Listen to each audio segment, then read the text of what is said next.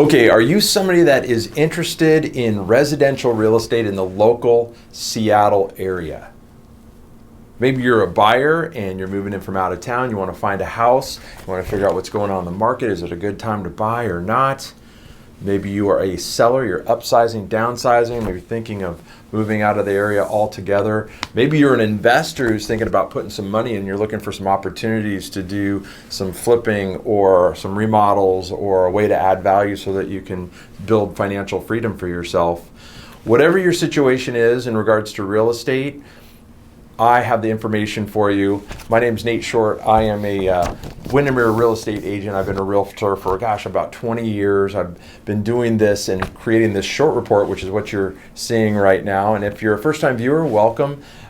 Great to have you here. If you're not a first-time viewer and you're somebody that's either a past client or looks at my videos all the time, welcome back. I've got some great information. This is the report that we put together every single month, which gives us some really good information on what's happening in the market. And so I just want to run down what is happening. Right now, our inventory literally, it seems like I say this in the past, but literally is the lowest that I've ever seen it. We're at 0.6 months supply on the east side. And I think there's a couple factors there. One, fewer people putting their houses on the market with COVID. Certainly that's been true. These interest rates have gone down to incredibly low rates. I don't know if you know this, but they're right now in the kind of the 2.7, 2.8, 2.9, depending on which program you're looking at and what your price point is, and also your credit history. But incredibly low interest rates, which are really fueling the market. And then we have this Amazon explosion happening, hiring more people in downtown Bellevue. I don't know if you've driven around downtown Bellevue lately, but it is incredible what's happening there as the explosion of all these new buildings. And then what's happening in Seattle too, with all of the riots and political uncertainty and things like that. What's happened on Capitol Hill, I think people are thinking, oh, maybe I'll move to the east side. So kind of almost a perfect storm what's happened as far as our real estate market goes. But really there isn't much to buy out there. So if you're a buyer and you're looking for a house, it's tough because you got to be able to compete. About 47% of our houses are actually going in multiple offer situations.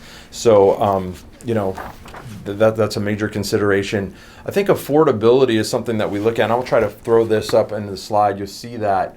It's just a graph that we put up where we track all the way back to 1989, the affordability of homes and what payments have been over time versus the consumer price index. So it's a really good graph, and gosh, we do a whole class on just explaining this one graph. But basically what we've seen is prices go up 10, 11% here on the east side.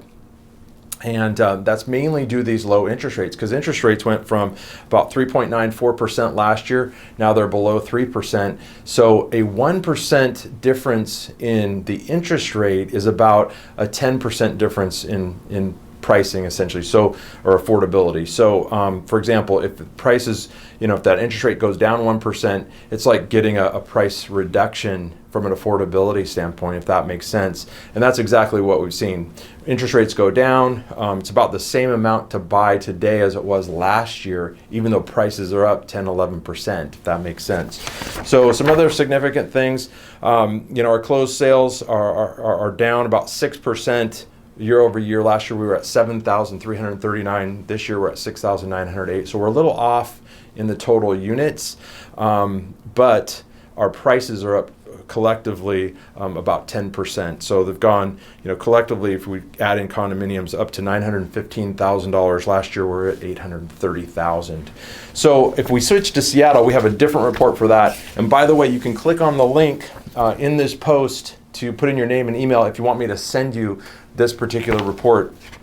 In Seattle, it's a little bit higher. Inventory is about 1.1 month supply. Last year, we were at 1.7 month supply, so that's down 37%. Closed median sales price is up 9%, so kind of a similar story that we had on the east side. But it's been interesting to see, that both markets are under a lot of pressure, and I think that's true probably, mostly across the United States, and it's mainly due to these low interest rates. So what's going to happen when interest rates actually do rise? Will that be next year or the year after? This is some unknowns, and as we're heading into this, recession, I don't know if they've officially called it a recession yet, but we anticipate that we're going to be in somewhat of a recession here.